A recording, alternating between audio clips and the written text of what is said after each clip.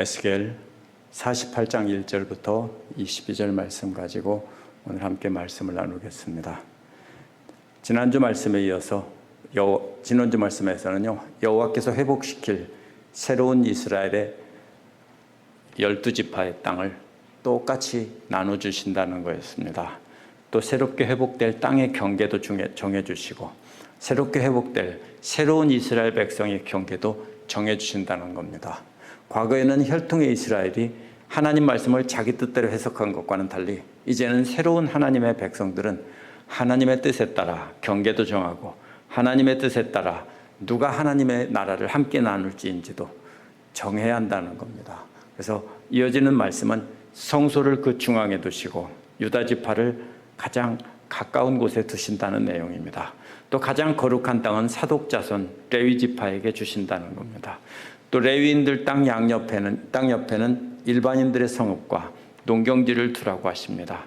이렇게 거룩한 땅을 따로 구별하여 높이 들어올 하나님께 드리는 이유는요, 모두가 거룩하신 하나님과 거룩한 교제를 나누게 하려는 겁니다.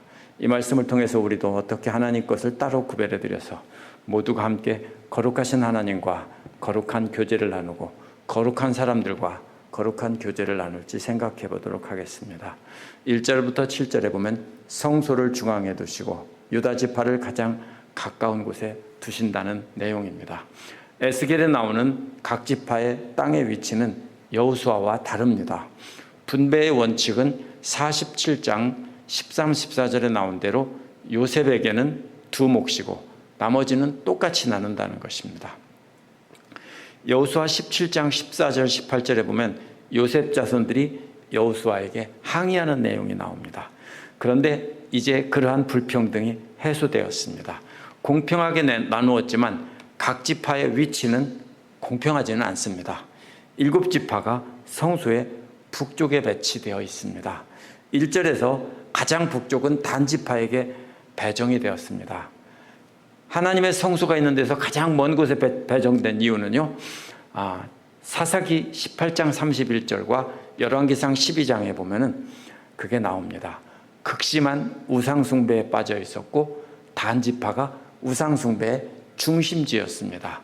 2절을 보면 단지파 남쪽에 아셀지파가 배정이 됐고 3절에 보면 아셀지파의 남쪽에는 납달리 지파가 배정되었습니다. 이 세 지파의 조상들은요, 모두 라헬과 레아의 첩들이 낳은 아들들의 지파입니다. 레아의 몸종 실바가 낳은 아들들의 후손인 갓 지파는 남쪽 끝에 배정된 것을 알 수 있습니다. 그러면은 하나님은 첩들도 차별하시는가 보다. 그래서 세 자식은 북쪽 끝에다 주고 한 자식은 맨 남쪽 끝에다 주었다고 이렇게 생각할 수 있습니다. 그러나 몸종의 자식들을 차별하는 것이 아닙니다. 이것은요, 극심한 우상숭배에 빠졌던 그 지파들을 멀리 두신 것입니다. 4절을 보면 요셉의 큰아들인 후손인 므낫세 지파가 그 아래에 배정이 되었고요. 5절을 보면 그 동생 후손인 에브라임 지파가 배정되었습니다. 성소에서부터 본다면 누가 가까우냐면요, 요셉의 작은 아들이 더 성소에 가까운 데 배치가 되어 있습니다. 이게 뭡니까? 창세기 48장 8절에서 22절에 나오는 야곱의 작은 아들이 더 큰 자가 된다며 바꿔서 축복한 것이 성소와 가까운 곳에 배치된 것으로 이루어진 셈입니다. 동생인 에브라임 지파의 후손들이 성소에 가까운 곳에 배정이 되었습니다. 요셉은 이집트의 통치자로 있을 때 가족들을 구원하는 역할을 했기 때문에 그 요셉 자손에게 2몫을 준 것입니다. 6절은 르우벤 지파의 몫이고 7절은 유다 지파의 몫이라고 했습니다. 르우벤과 유다는 레아의 아들이고 르우벤이 장자입니다. 근데 르우벤도 므낫세처럼 동생에게 장자의 자리를 빼앗겼습니다. 르우벤은 아비의 침상에 올라 더럽혔기 때문입니다. 그래서 유명한 예언자나 제사장, 왕들이 르우벤 지파에서 나오지 못했습니다.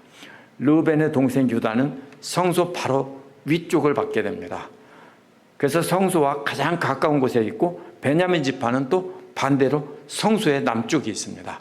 그러면 유다 지파는 성소의 바로 위에 붙어 있고 베냐민 지파는 남쪽에 있어서 하나님과 최고 가까운 영예를 얻은 것입니다. 오늘 말씀은요, 이 부분에 보면요, 성소의 위쪽에 7지파를 배정한 내용 이 부분이고요. 또 이러한 배정은 지형적으로 볼 때 현실적이지 않습니다. 그곳에다 7지파를 넣을 수가 없습니다. 그리고 똑같이 나눌 수도 없고요. 왜냐하면 산과 강이 막혀 있기 때문에 그렇게 나눌 수가 없습니다. 그러면 이건 무슨 뜻이냐면요, 이것은 상징적인 의미이지 실제로 이렇게 나눈다는 뜻이 아닙니다. 이스라엘은 세로로 셋으로 나눌 수 있는데요, 해변을 따라 북에서 남으로 이어지는 해변 지역이 있고요, 또 오른쪽에는 북에서 남으로 산맥들이 이어지는데 산악 지형이 있습니다. 그리고 그 오른쪽에는 요단강을 중심으로 하는 계곡이 있습니다. 이렇게 지형으로 볼 때 세 군데로 나눌 수 있습니다. 이스라엘 땅은 이러한 지형을 무시하고 북쪽에서부터 시작해서 차례로 이렇게 끊어서 나누는 것은 현실적으로는 그 땅을 쓸모있게 나누는 게 아닙니다. 그렇기 때문에 이것은 회복될 이스라엘의 모습을 상징적으로 나타낸 것이지 실제로 이렇게 나눈다는 뜻이 아닙니다. 그리고 실제로 그 땅도 단지파는 맨 북쪽이라기보다는 이것은 우리는 그렇게 해석할 수 있습니다. 우상 숭배를 하고 하나님께 멀리했던 사람들은 하나님께서 용서를 해주시되, 멀리 배치하고 하나님께 충성된 사람들은 가까이 배치한다는 뜻으로 이렇게 하나님과 가까이 있게 된다는 뜻으로 우리가 이해할 수 있습니다. 8절에서 14절에 보면 가장 거룩한 땅은 사독자손 제사장들에게 주라고 했습니다. 8절에서 22절의 핵심 단어는요, 세번역에서 거룩하게 바쳐야 할이라고 번역된 단어입니다. 이게 높이 들어올린다는 뜻인데요, 높은 사람에게 예물을 바칠 때 높이 들어올리는 것이기 때문에 예물로 드릴이라고 개역개정은 그 말을 넣어서 번역했습니다. 그런데 이것은요 11번이나 나옵니다. 8절에서 22절 사이에 이 말만 11번이 나옵니다. 이 부분이 중심 단어가 그래서 높이 들어 올린다는 말이 이 부분을 지배하고 있습니다. 그러면 8절은 유다의 경계선을 다음으로 동쪽에서 서쪽 지중해까지 너희가 들어올려 바쳐야 할 땅이라고 했습니다. 너비가 25,000 큐빗이고 너비는 다른 몫의 동쪽에서 서쪽까지와 같다고 했습니다. 그러면 남북으로 25,000이고 동서로는 다른 지파와 같다는 뜻입니다. 그래서 9절에서는 길이가 25,000 큐빗, 너비는 10,000 큐빗이라고 설명을 해줍니다. 25,000 큐빗, 여기 10,000 큐빗 이렇게 되어 있죠. 이 부분이 가운데 성전이 있는 그 중심 부분입니다. 그래서 들어올려 바쳐야 할 땅이라는 말에는 하나님의 뜻이 있습니다. 사실 모든 땅이 다 여호와께서 새로운 이스라엘 백성들에게 주신 땅입니다. 유대인이든 이방인이든 하나님께 돌아온 모든 자들에게 주신 땅입니다. 그런데 그 중심 부분에 가장 좋은 부분을 떼어서 여호와께 들어올려 바치라는 것입니다. 마치 아이에게 부모가 맛있는 빵을 사주고서 아빠도 엄마도 한 입만 떼어달라고 하는 것과도 같습니다. 한 부분을 떼어서 하나님께 바침으로써 자신들이 받은 것이 하나님으로부터 온 것이라는 것을 가르치려는 것입니다. 그래서 이것은 하나님께로 돌아온 남은 자들에게 가르치기 위해서 이렇게 중심 부분을 하나님께 바치라고 한 겁니다. 사실 하나님이 땅이 없어서 바치라고 한 게 아니죠. 그 땅을 주시면서 그 중에서 가장 귀한 부분을 따로 떼어서 바치라는 겁니다. 10절은 들어올린다는 말에 거룩하다는 말을 붙여서 의미를 분명하게 했습니다. 어떻게 여호와께 거룩히 구별해 드리는가 하면 10절은 제사장에게 주는 것은 여호와께 거룩히 들어올려 바치는 것이라고 했습니다. 북쪽으로 25,000 큐빗, 서쪽으로 10,000 큐빗이라고 한 뒤 다시 남쪽과 동쪽으로 똑같이 길이를 말했습니다. 북쪽으로 한 번 재고 서쪽으로 한 번 재고 또 남쪽으로 한 번 재고 동쪽으로 한 번 재서 분명히 확인한 겁니다. 그 땅은 제사장들이 경작할 땅입니다. 이 안에 있는 부분입니다. 그래서 제사장들이 경작할 땅인데요, 그 중간에 성소를 들어가게 했습니다. 그래서 여기에 성소가 있는 겁니다. 이 제사장들의 땅이고요. 거기에 성소가 있는 것입니다. 마치 소득의 11조를 따라 떼어서 하나님께 드리라는 것과도 같습니다. 11조는 세속적으로 쓰이지 못하고 하나님을 섬기는 자와 아무도 의지할 데가 없는 고아와 과부 같은 것을 사람들을 돌보는 데 쓰라고 구약에서 그랬습니다. 여기서 들어올려 하나님께 바친 땅도 하나님의 성전에 쓰이고 또 성전을 섬기는 제사장들을 위해서 쓰이는 것입니다. 그래서 이 땅은 사적인 용도로 사용하지 못하게 한 것입니다. 우리가 하나님께 드린 헌금도 마찬가지입니다. 모든 것이 다 우리 성도님들께 하나님께서 주신 재물입니다. 그 중에 일부를 떼어서 기쁜 마음으로 자원해서 바치면 그것은 하나님을 위하여 거룩히 들어 바치는 것이고 하나님을 위하여 사용하는 것입니다. 11절은 사독의 자손들 중에서 거룩히 구별된 제사장들에게 돌리라고 했습니다. 하나님께 높이 들어 바치는 것을요, 올려 바친 것을 사독의 자손들에게, 제사장들에게 주라는 겁니다. 그들이 어떤 사람이냐면요, 그들은 직분을 지켰다는 겁니다. 잘못된 길로 가지 않았다고 말하는 것은 직분을 지켰다는 말을 반대말로 다시 말한 겁니다. 하나님께서 가라고 한 그 길로 가는 것이 직분을 지키는 것이고, 반대로 자기들이 가고 싶은 길로 가는 것이 잘못된 길로 가는 것입니다. 이스라엘 백성들은 잘못된 길로 갔습니다. 레위인도 그때 잘못된 길로 따라갔는데 사독의 자손들은 그렇게 하지 않고 자리를 지켰다는 것입니다. 레위인들의 잘못이 44장 6절에서 16절에 나옵니다. 왜 하나님께서 왜 그들에게 이 땅을 주고 제사장을 삼으라고 하셨는지 이유를 설명했습니다. 12절은 그러므로 그 땅 중에서 가장 거룩한 부분을 받아야 되는데요, 그 레위 지파 중에서 사독의 자손들이 받아야 된다는 겁니다. 레위 지파는 옆에 있어야 되고 하나님께서 가라고 한 길을 지킨 사람들은 가장 가까이 두시고 불순종하고 우상 숭배한 지파들은 멀리 둔 것입니다. 그래서 하나님의 곁을 떠났던 레위 지파들은 하나님을 섬기게 하면서도 거기에 같이 두지 않고 거기에서 좀 떨어진 곳에 둔 것입니다. 그 13절은 레위 지파가 차지할 땅도요, 제사장들의 경계선 옆에 똑같은 크기 땅입니다. 여기가 제사장들의 땅이고 여기는 레위 지파들의 땅입니다. 그래서 합하면 길이와 너비는 이게 같고 너비는 2만 큐빗입니다.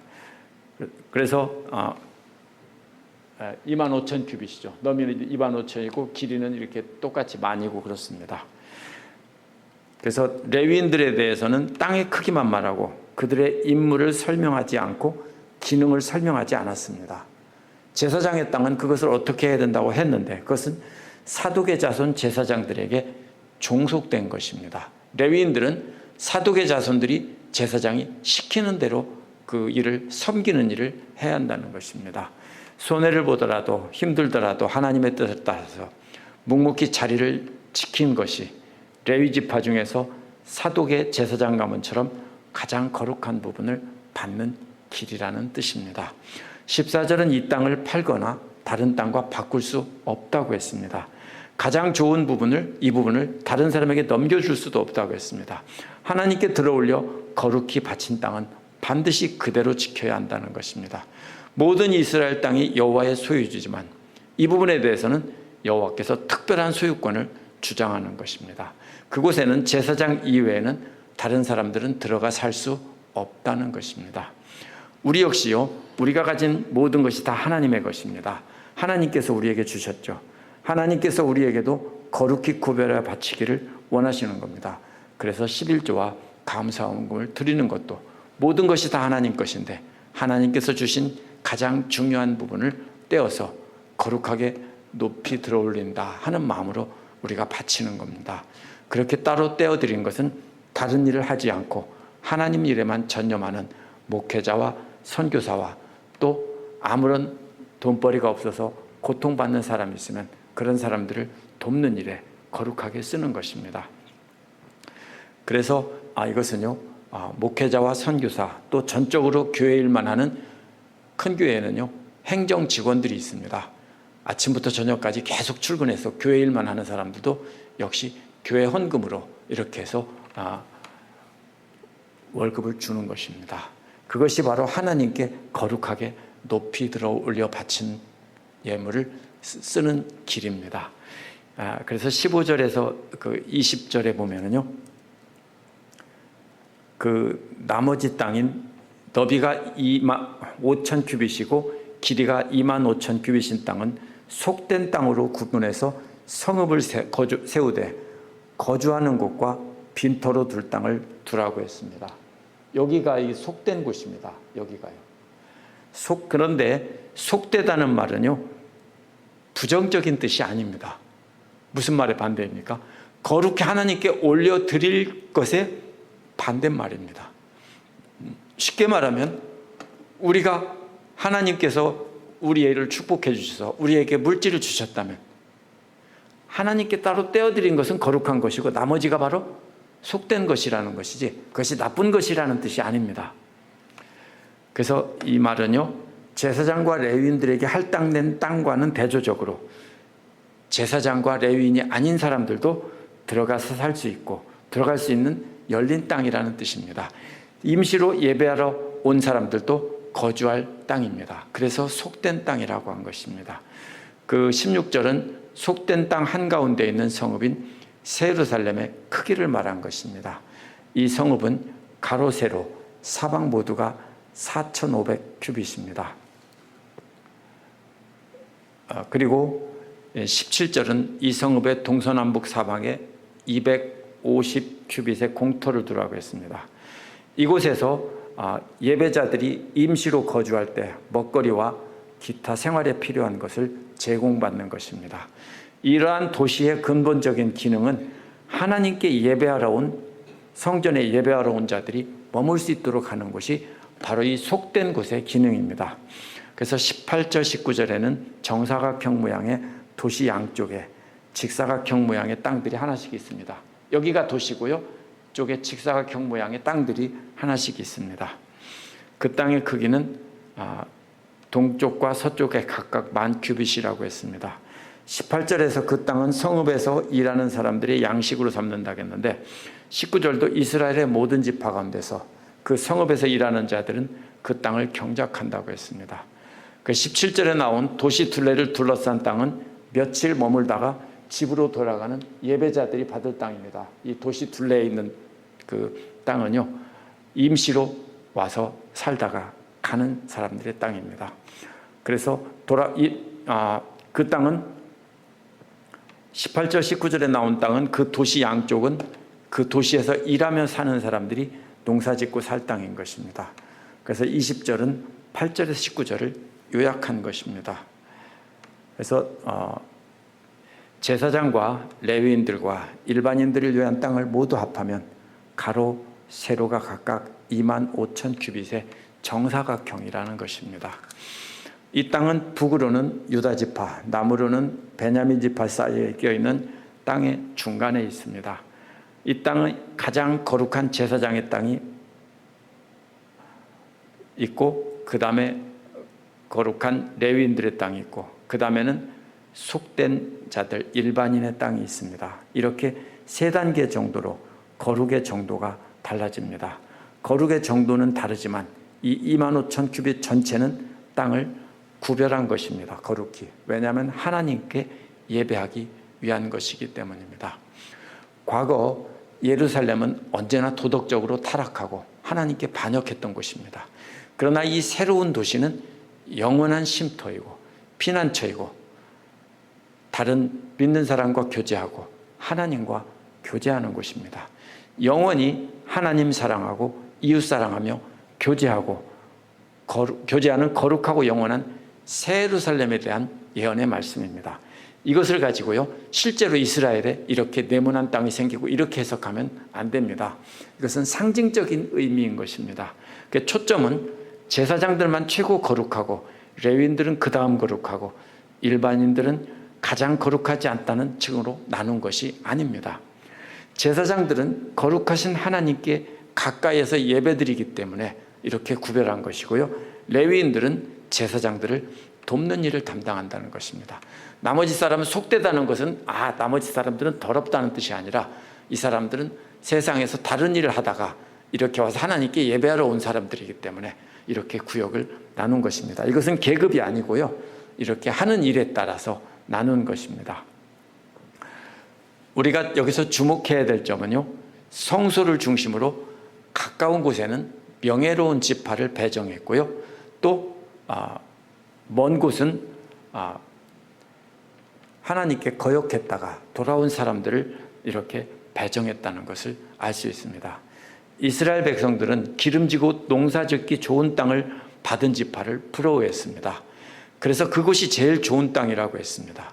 그러나 하나님께서 에스겔에게 나누어 주시는 땅은요, 그러한 것을 완전히 무시합니다. 하나님을 예배하는 성소에 가까운 땅이 하나님께 가장 인정받는 지파의 땅이고 거기가 제일 좋은 땅이라는 겁니다. 우리도 어떤 것이 가장 좋은 곳입니까? 하나님께 늘 가까이 나갈 수 있고 하나님께 가까이 있는 것이 우리에게 가장 축복인 것입니다. 그렇다면 예수 그리스도를 통해 하나님의 백성이 된 우리도 세상적인 가치에 따라 돈을 많이 벌고 많은 귀한 것을 얻는 것이 축복이 아니라 우리의 삶의 중심은 하나님과 가까이 있는 것이 축복입니다. 예전에 이스라엘이 망한 이유는요, 하나님과 가까이 있는 것에 초점을 두지 않고 세상 이웃 우상 숭배하는 나라처럼 세상 것을 추구했기 때문입니다. 이제 하나님의 백성들은 오늘 말씀의 핵심은 이런 것입니다. 그러한 탐욕에서 떠나서 하나님과 가까이 있는 것에 우리 삶의 중심을 둬야 된다 하는 뜻입니다. 그래서 하나님께 가까이 있는 사람들이 가장 복된 것입니다. 또 한 가지 기억해야 될 말씀은 레위 사람들 중에서 사독의 자손들을 나머지 레위인들과 비교한 것입니다.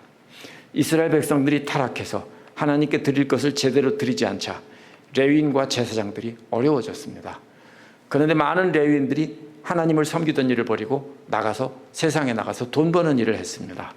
그런데 사독의 자손들은 어려워도 끝까지 그 자리를 지켰다는 것입니다.